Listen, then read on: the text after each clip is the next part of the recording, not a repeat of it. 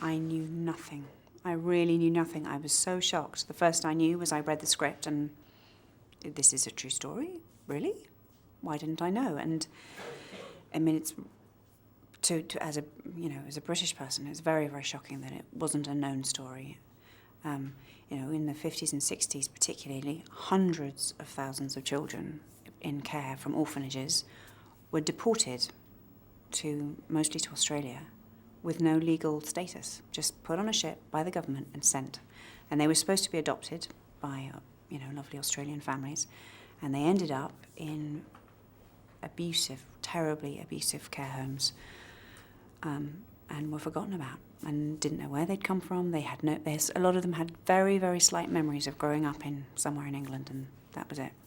Is it surprising to you that going into the film, a lot of people still haven't heard about it, even though Gordon Brown made that public apology? Yes, I mean, it's the sort of thing, it kind of flickers into the news and then goes away. I think it's been a bigger thing in Australia because obviously a lot of those people, have grown up there and have spent their adulthood there, and they're quite a vocal group. And the woman that I play in the film has made it her life's work to give these people some kind of sense of identity, find out where they came from, and if possible, reunite them with any still existing members of their family. And she's kind of given her life to it. When you first read the script, did you feel kind of a social responsibility to accept the role or to be in this picture because it not only entertains but it educates?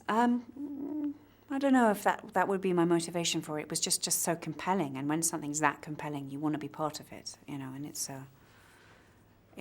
a great thing to, in a way, you don't have to carry it, you don't have to invent anything, you don't have to do anything in a way. It's just, let's serve this story, let's tell this story. Absolutely. At what point during the filming did you meet Margaret? I met her at the cast and crew screening when we'd finished. I decided not to meet her till afterwards because there was a kind of instinctive decision right at the beginning. I just said, you know what, I think she's, obviously I studied her quite a lot, and there's a brilliant excerpt of her on film giving the news to somebody that her mother has been found, and it is the most moving and wonderful thing, and it told me a lot about how she worked, and how a social worker in that situation works is they don't ever lead, they don't ever sort of overwhelm somebody with information. They just wait and they wait and they wait and they wait for somebody to be ready to ask the question, and then they give them a beautiful insight into the incredibly tender, sensitive world that is, discovering who your mother is when you've never known. I mean, how? As far as the character goes, obviously it takes a lot of strength. Did you feel, from what you knew of Margaret, did you slip into that kind of comfortably and naturally? I think she's a remarkable person. I mean, I don't think I would be able to do what she did in a million years, which is, give up your life, leave your family, leave your job, she didn't leave them, but she had to be away a lot of the time,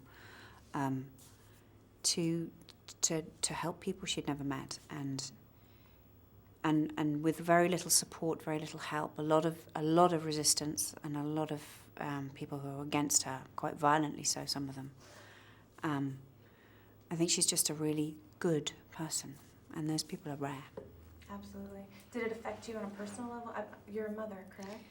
Yeah, my mother passed away while we were making the film, so that was very hard, but it makes it a very, sort of, seeing the film for me is very intense and very potent, and also a lot of the film is about mothers, so it's very special in a way for me.